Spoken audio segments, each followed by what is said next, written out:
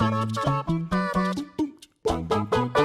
all of you beautiful people, Jules here for WhatCulture.com. And you know what, when you think of a hero most likely to have countless shady plans to defeat every other hero around, it's likely that the first and possibly only face that pops into your mind is going to be Batman. Few heroes have been shown on the printed page beating up or otherwise planning to beat up their allies and friends as much as the Dark Knight. And we've seen many times over the course of history that our boy Bruce has a plan to kill, maim, or generally defeat every single person that he's ever encountered in his life. Yeah, he might have a few trust issues. So what we're going to do today is actually take a look at these plans and figure out how he would actually take down all of his super friends if they turned into super pains in his arse. So let's take a look. As I'm Jules, this is WhatCulture.com, and this is how Batman would defeat each member of the Justice League. Number 10. CYBORG. While CYBORG is often on the outskirts of the Justice League, it's worth mentioning him here at the offset for one particular Dark Knight plan involving him that highlights just how far Bats is willing to go to make sure that he can defeat those with powers that could obliterate his human form. In Injustice, we see that Bruce has implanted CYBORG with a virus that turns out to come in plenty handy when Batman comes to stop him and the other members of the Justice League taking Gotham's supervillains to Superman's new max security facility. However, this virus becomes a much more worrying thing when Victor checks the date it was installed within him and realizes that Batman had placed the dominant threat inside him literally the first week they met, which means that there's a very real possibility that our universe's Bats has either done this also or has similar plans to take his shiny metal pal down should the need arise. Number 9. Green Arrow. Perhaps it's not totally fair to say that Green Arrow is a bit of a pushover when compared with the rest of the Justice League. After all, he does take countless supervillain crooks down on his own, and he's pretty much a prime example of peak human condition. However, when you stand him next to a dude who shoots laser beams out of his eyes, it's hard to measure up. This would explain one of the most inadvertently hilarious things that Batman has ever done. In DC, after Bruce has passed away after being attacked by some of his zombified former protégés, Damian recovers a memory file that contains some of his plans for taking down various threats, and Green Arrow is not on it. That's right, Batman didn't even make a specific plan to take Green Arrow down, presumably because he figured he could just go and beat him up the old school way if anything went wrong with him. Number 8. Plastic Man. Given how silly and cartoonish the ability to be a human piece of elastic looks, it's easy to write Plastic Man off as a bit of a joke character, someone to bring a little more light-hearted banter to the table and not do much else aside from that. However, the fact that Plastic Man can take more or less any form via his plastic morphing means that he's a much more powerful threat than you might initially expect, which is evidenced in Dark Knight Metal, where he turns into a goddamn plastic war machine and absolutely kicks ass. It's clear that Batman considers Eel O'Brien a legit threat because when he does go for him, he does so with some seriously hardcore plans. Because Tower of Babel sees Bruce's plan against Plastic Man, and it is to coat him in liquid nitrogen and shatter him into a million teeny tiny pieces. Hilariously, this is again a merciful scheme, because the Batman who laughs, well, he takes it one step further, stretching him until he reached his breaking point, which is a fate that we could never experience, but imagining it alone feels pretty awful.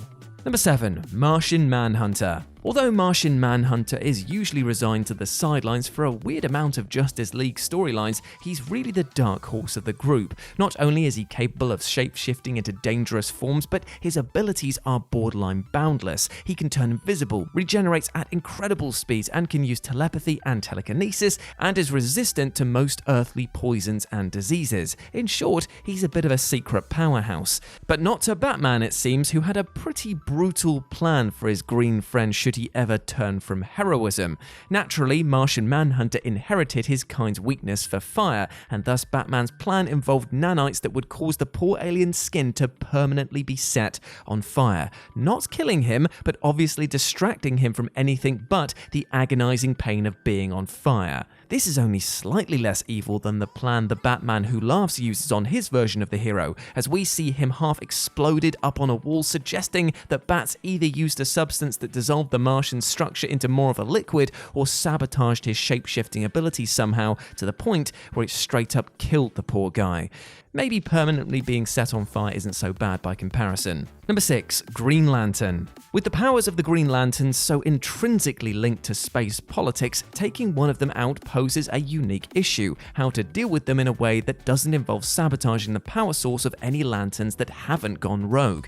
Interestingly, this appears to lead to a series of solutions that are much crueler than you might expect. Between blinding Green Lantern so that he can't make constructs with his powers, and stealing the ring's powers away with a Sinestro core ring, the schemes the Dark Knight has to neutralize one of his supposed allies are much more evil than many plans actual comic villains have made over the years. Number 5. Flash. While Flash is by no means the best fighter of the league, it's actually fair to say that he generally doesn't need to be, as when you're able to be fast enough to avoid any and all hits thrown your way, you could be as weak as a bowl of cereal left in milk overnight and still be able to win your fair share of fights. As such, he's a bit of a tricky one to try and plan to take down, but something being tricky has never stopped the Dark Knight before, and it sure as hell won't when it comes to taking down a potential threat. As such, the Bat crafted one or two tricks to place up his sleeve just in case he ever fell on the wrong side of any of the various speedsters who have held the mantle of the Flash. The most notable of these is, of course, that of the vibrating bullet from Tower of Babel, which, despite its silly name, would stick in the Flash's body due to the vibration's frequency and result in the poor hero having seizures. Oh, and he also has a lightning rod from the future that allows him to slow the Flash down too, so why exactly he also had the bullet is anyone's guess. Number 4. Aquaman. While Aquaman in most media is lauded as a bit of a dorky pushover, it is worth noting that, as funny as those jokes can be, he is still a legitimate threat. He's got some serious super strength, power over the oceans, and an ability to get all of those creepy sea creatures from the depth to attach themselves to your terrified face. Unfortunately for Aquaman, though, what he also does happen to be is just a guy with some very exploitable weaknesses, most crucially dehydration, which Batman has either planned to exploit or actively exploited throughout the years. In Tower of Babel, it's revealed that the Bats has developed an unusual strain of Scarecrow's fear toxin the Batman had tampered with so that when Aquaman was exposed to it, it would make him afraid of water, which obviously would create a pretty big problem for the lad. After being shamed for having created such a terrible thing to defeat his supposed friend, Batman would then go on to reveal some years later that he has a custom Justice Buster, which also came with magnesium carbonate. And what does this do? Well, it sucks all the moisture out of whatever it's shot at, like perhaps, I don't know, Aquaman, which you'll note is exactly the same thing, but apparently is way more moral. Number 3. Wonder Woman. Unlike with Superman, a nice apple pie and a friendly smile might not be enough to soften Wonder Woman. She needs a mountain of blood and slain enemies, and those are slightly harder to come by. Hilariously, this desire for battle is exactly what Batman would use against her in the now infamous Tower of Babel storyline, which saw him dispose of her by trapping her in a simulation where she was locked in constant combat, thus making her too preoccupied to notice that she was basically stuck inside a big violent version of The Sims. This isn't the only route that Bats would likely take in order to fell his former comrade, however, as Justice League Doom saw him choose to poison Wonder Woman, which suggests a good old-fashioned dose of deadly substances would also be a way to fell her. Number 2. Superman. As may come as a surprise to a resounding, well, nobody, Superman is one of the biggest potential threats to the DC universe were he to ever go rogue, which is kind of the trade-off for him usually being one of its most powerful defenders.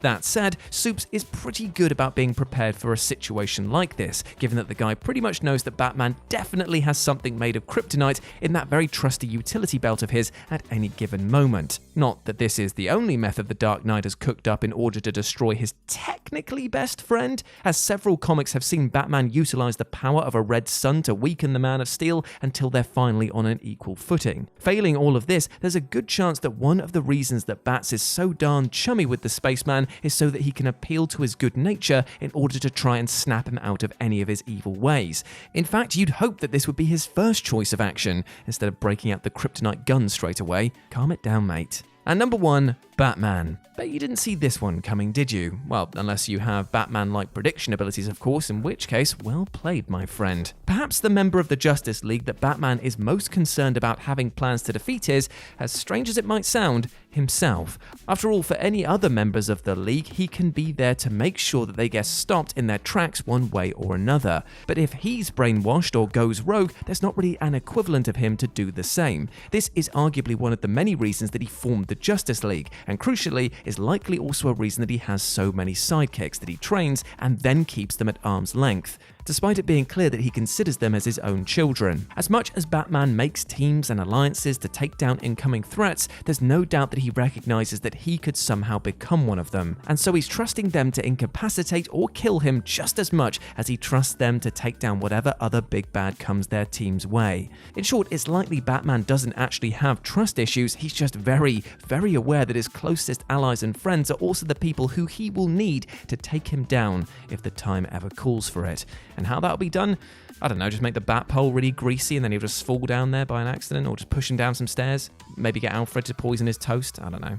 And there we go, my friends. That is how Batman would defeat each member of the Justice League. I hope that you enjoyed that, and please let me know what you thought about it down in the comments section below. If you want to chat to me further, you can do so over on Twitter at RetroJ, or you can swing by Live and Let's Dice as my personal gaming channel where I stream every single Wednesday and Sunday.